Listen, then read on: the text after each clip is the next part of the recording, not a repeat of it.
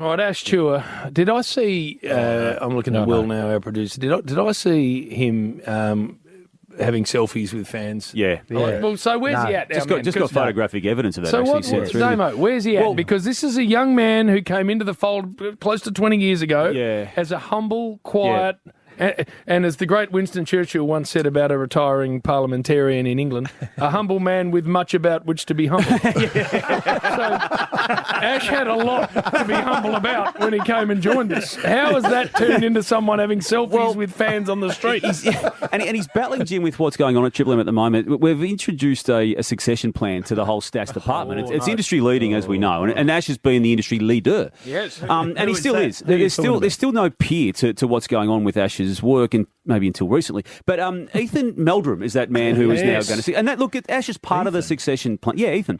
Ash is part of the succession don't plan. Look at me, Fat. Well, Bill, this is our man, Ethan. Ethan, who does great work with us. This is part of what we're about to talk about, Bill, because some succession plans work well, like Paul Roos into John Longmire, Paul Roos into Simon Goodwin. Yes. Others don't work so well. Mick Moldhouse into Nathan Buckley, Alistair Clarkson into Sam Mitchell. They just take off. So I don't know where we're at with ours at the moment. And I just want to retrace some steps, though, Jim, before I get you to tell us where we're at. So, look, Ethan's been going really well, but his debut was underwhelming. This is back to early last year, and he's just easing his way, finding his way. Anyone hasn't actually touched it yet, Eth, on this ground, playing in this game? Finn Maginis, no disposal so far. Just following up there, is Finn Maginis a relative to Finn McGuinness? Yeah, Finn McGuinness, sorry. Yeah, I just thought you were being creative there. Again, he's got to the point where he's taking Ash on, but again, there were early problems to him in this succession plan, because not only did Bill not know his name, others, as you're about to hear, also on his own station didn't know the succession plan was underway with Ethan. We've also got Heath Meldrum here. What's he at, please? Ash, And you and Meldrum, of course, with the Red Z trending stats. Ewan, what have you got for us tonight? That's Ethan Meldrum beats. Fritz, Ash hasn't been great tonight. Ewan, Ethan. Also tells around the grounds, Rabs, get back to the MCG. So Ethan. That's Ethan. Opportunity to go back in the middle. Not sure of his surname, but his name's Ethan. So even Rab's got a mention there, Jim. Now, what this was doing, even though Ash signed off on this succession plan, Bill, he's normally unflappable and Mr. Nice Guy, and he's my favourite person on Triple M and always will be, but he started getting prickly. He told me that he feels he's above where you're at the moment. Is that right? And he's only been there a short while. That's what he told me. He just said, I feel like Ash is going in the old way. Well, then, in that case, stay close to your enemies. Is that what they say? Yeah. Ash is now, look at the body language. He got his back up there. The arms folded. He's Alistair Clarkson, Sam Mitchell style sort of succession plan. He's going very well, Ethan. He's doing a great job. Now, Jim, I heard you had to get involved with management about this stage of proceedings because you head up the channel, the Triple M cricket coverage, as you do the footy coverage, and you had the captain's call on this, and you said, I want Ash for the first test.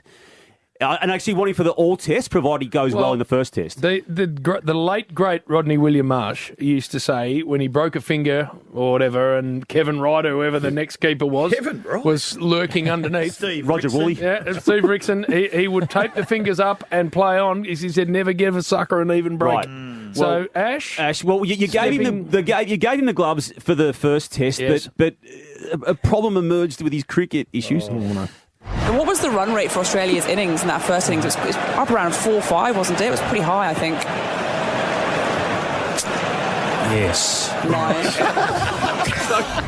So, Jim, you got involved again with management, and Ash might have... The story that went around was Ash had a longer-range diary entry, I've got a boys' weekend for the second test. Now, unfortunately for Ash, that extended to the second, third, fourth, and fifth all the way test. through the series. Yeah, and Ethan just took over from this point. And then we get to round one of the AFL season again, and Ethan's doing the season opening game, the famous grand final rematch.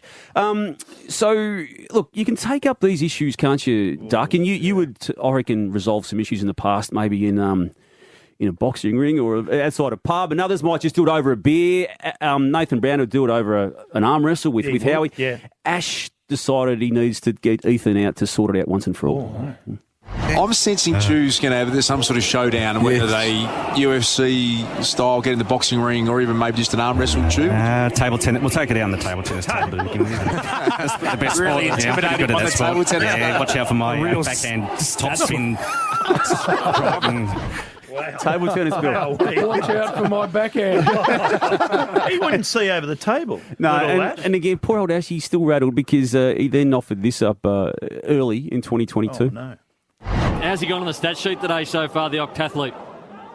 Yep, he's had 7 disposals and for Triple M Red Z.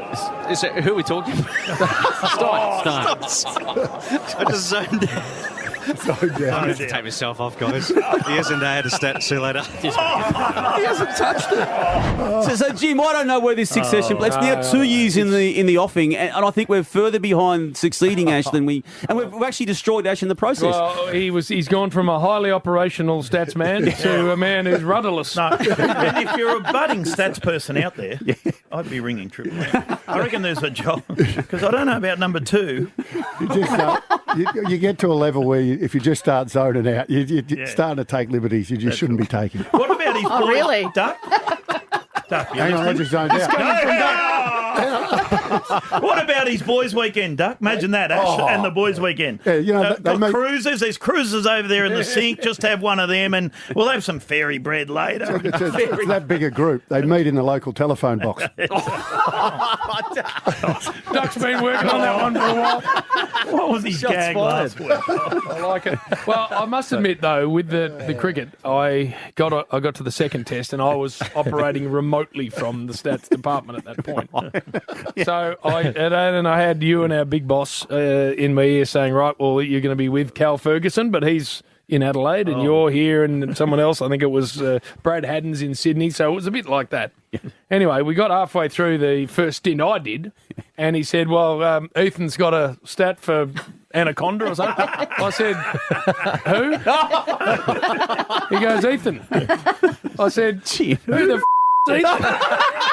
He goes, the bloke who's been doing the digital on the Rush Hour now for 2.5 years. I went, oh, that's Ethan. Shocking. Sorry, I didn't realise it was the same Ethan. Oh, yeah. Because there must be some Sydney stats bloke called Ethan who I'd never heard of. And you know his surname, Meldrum. No, thank you, Bill.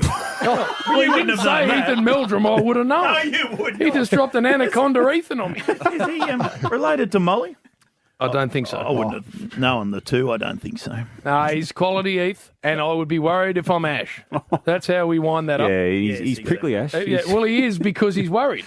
That's right. If he had nothing to worry about, he wouldn't be prickly, but he knows that Heath's bringing quality to the table, and I think Ash is starting to look behind him a bit, Bernard. Well, we went for a beer after we did the game last Saturday, and we went across the road to the corner pub, and I went there with Barry Denner and Ash. Yes, the people's call it. Yeah. And we went in and we got one, and it was just a little friendly hello to me, and where's Ash? That's what it was called, where's Ash? And I'm like, where's friendly Ash? hello to you. Ash who? Yeah, and the Chew Man. I'm like, oh shit, Ash is actually a big deal around here. And then Baz came in, they're asking him, and then eventually they said, because I was sitting near the toilet, smart from them, they go, well, eventually he's going to have to come for a piss at some stage. And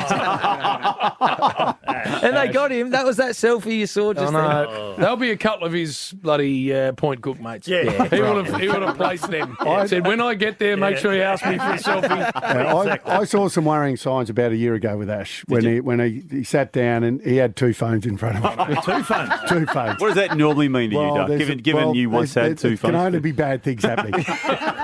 You're doing something naughty with someone or something. This coming. How many do you have, Dean? I've only ever had the 1 phone, Bill, but maybe that was where I went wrong. No, he seriously, Marbio. he rolls with the 2 phones. Hutchie had 3 once, Bill. Yeah, well, it is and an iPad. concerning. This is coming from a man who, even though we're only staying in a hotel for 2.5 hours, asked for 2 cards. No, 2.